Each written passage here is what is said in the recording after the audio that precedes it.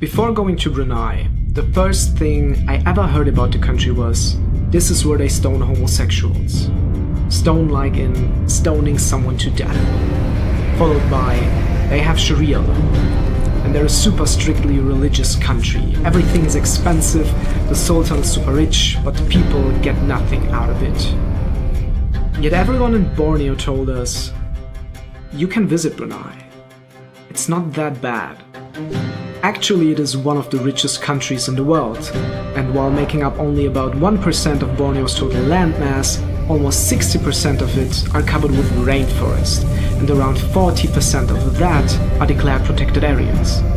Crime rates are very low, and in general, it seems to be super safe. So how does this all add up? What is Brunei really like?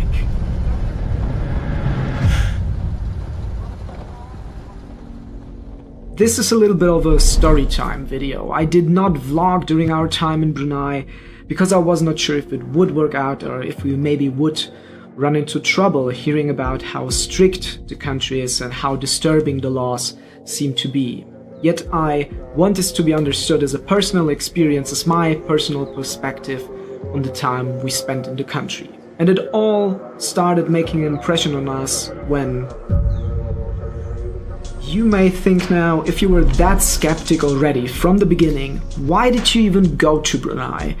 And the first reason for it is pure curiosity. We heard and read a lot of critical stuff, yet on the other hand, Bornean locals told us it's not that big of a deal. And the second reason is, it is the only way to avoid flying when you would like to cross over from the Malaysian part of Borneo, Sarawak, to the other Malaysian part, Sabah. And already during the bus drive, it seemed a little bit odd to us how few people were actually traveling to Brunei. And while the bus ride itself is nothing special, the border control was, I'm not sure if I would call it confusing or disturbing, but what happened was I went to the passport control and hand over my passport. He takes it, looks through it, controls it, takes a little bit of time, gives it back to me and says, stay away from all activities. And I'm being a little bit scared, just that there was a lot of tension because we would go into that country, we would not know what to expect of, went like, yes, thank you, bye. Until today, we're not really sure what he meant. Did he mean like stay away from all shady activities? Or did he mean like from drinking activities? Alcohol, of course, is also prohibited in Brunei. Did he mean stay from sexual activities? Anyway, so we enter the country, enter the town. We went off a little bit too late, and then we tried to take a public bus to get to where our stay is. Unfortunately, we've run into the, well, I would call it one of the Brunei classic problems, because we realized they would not take Malaysian ringgit, they also would not take US dollar. The only thing they take are Brunei or Singapore dollar, which we did not have, and if you don't find an ATM immediately after getting out of the bus, you will have problems paying stuff in Brunei. Fortunately, and this is where we started beginning to get to know the good sides of Brunei, a stranger woman, a woman we didn't know, paid the bus for us. Eventually, we arrived in our stay in our hostel, and what followed was an extensive conversation that made a lot of things way more clear to me. And I'd like to get back to that, but for now, let's start. Strolling through the city, we could not make out anything too exceptional. It is not a mega city, there are no big skyscrapers, but it's a very developed and well-structured city.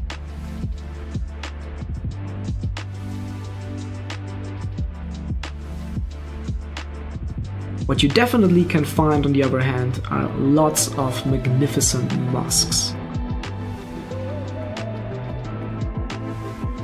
You can also visit the floating villages, and what you will find are even kind of upper class houses, schools, and a fire and police station.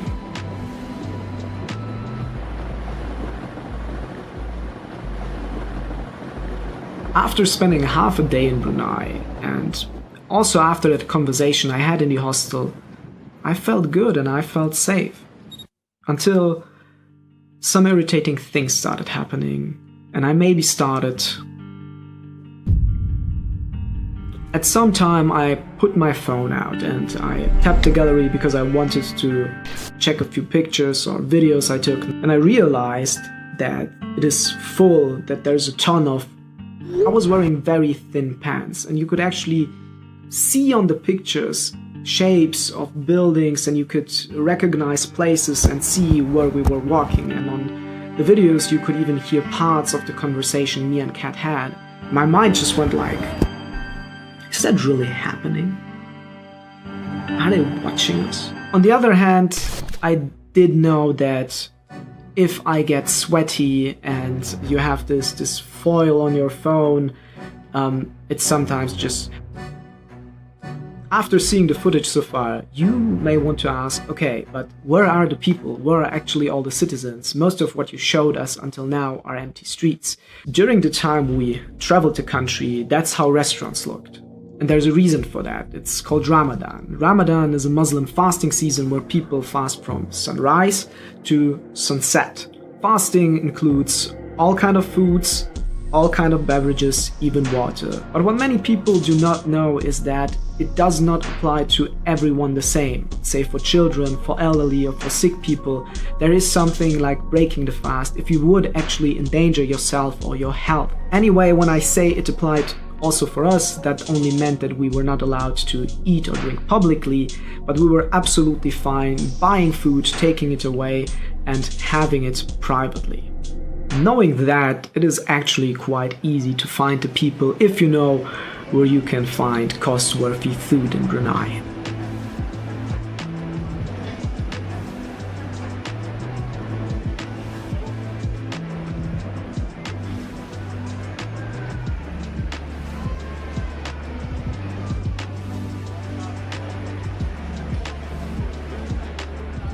What can I say? We had a good day, we had a good time, we were walking back to our stay, it was getting late, it was slowly getting dark.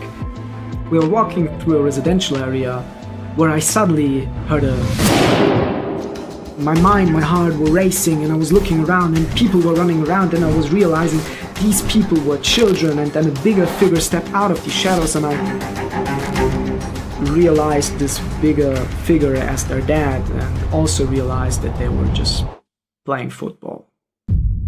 In general, nothing bad happened. All people we met were very nice and very welcoming. No matter where we would go, when people would come up and speak to us, you of course always have some grumpy people, but most of them would actually say, "Welcome to Brunei, welcome to our country."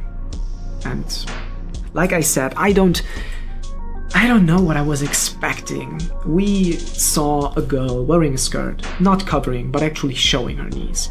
We saw a Muslim couple holding hands, and we saw someone eat in the public before sunset. Going back to the talk I had at the hostel, the guy explained those laws and how the country runs to me. And he said, all these laws that are criticized internationally so heavily, they do not affect us. And I think what he meant was they do not really affect everyday life, which makes a lot of sense when you think about it, that when you grow up in a country, in a Muslim country, or in a country that has Islam as their main religion, core values are different than in a country that grows up with Christianity. So I asked him, but what about the Sharia laws? And a thing I did not know before going to Brunei is that there is no such thing as the Sharia law, and it's up to the country, to the political and also religious leaders to define what Sharia law actually means.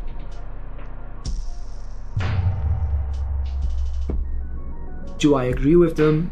Definitely not. So I also asked, why did you even put them into place? He explained to me that some of the people think that the Sultan has put up these laws in case he may struggle one day for power. Others think he did it for his successor, in case that he may not be as good of a Sultan or not as appreciated as the current one is. One more thing I'd like to add on, and that was also part of that conversation we had, is that if Brunei was really that bad of a place to live, like that bad of a country, you don't really have a hard time leaving it. It's quite easy to get out of the country. It literally takes you like 1 or 2 hours.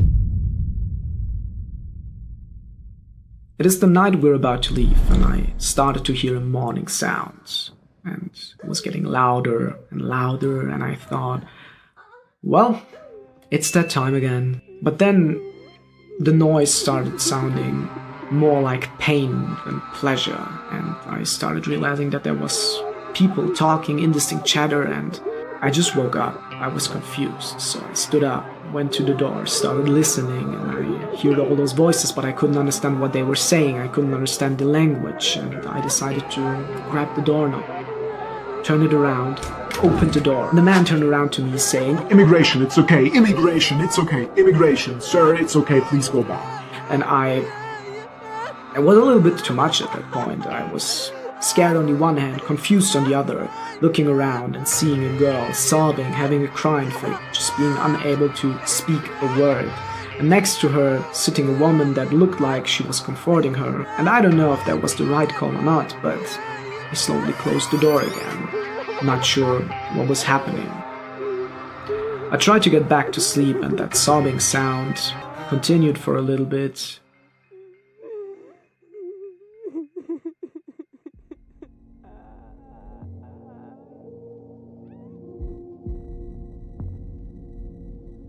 I don't have a shit clue what was actually happening, nor if the case was really as serious as it seems, or if the girl may have been very sensitive. Whatever happened could have happened in a lot of countries we traveled, and it would have not been less scary. I was projecting all my fears and insecurities in the situation at hand. Somehow certain what I was making up in my head was undoubtedly true. We woke up the next day, and it was kind of a bitter taste leaving that country with that last experience. Running late to catch our ferry, we were fortunate enough to experience the good sides of Brunei again. We got out of the bus and we were way too late. So Kat started waving and trying to catch a car, and a guy stopped out of nowhere, like literally not even after 5 minutes. I think the first car that went by stopped. A guy with a pickup, not speaking a word of English, taking us with him, and expecting nothing. Just being cool with helping out. And leaving Brunei, I saw what it was famous for and kind of had to think back to the conversation I had at the hostel. Around 50% today, formerly 70 to 60% of the GDP rely solely on crude oil and natural gas. It also makes up about 90% of Brunei's exports. And currently having that big trend of sustainability and a big trend of awareness, and also information being available all over the world through the internet, fossil resources will run out one day. And Brunei knows that too. So that's what they have been trying to build kind of a tourism industry over the course of the last years. And this is probably also why those laws that were criticized so heavily were put into place. At least that's how I explain it to me. And again, I do not agree with these laws. It's ridiculous. Just the idea, the lack or the absence of free speech and expression of freedom, that's unimaginable to me. Yet it also makes me appreciate how privileged I am without even knowing about it, without even realizing it so often. And there's one thing that I've learned from the time Brunei. It's another thing I wrote down, and I think that applies to different countries we traveled, and in general to us as humanity. We sympathize so much with the idea of fear that we are more likely to believe in differences than in similarities, and rather appreciate the illusion of threat instead of very real opportunities to learn, to grow, to understand and comprehend a little bit more of this world we live in.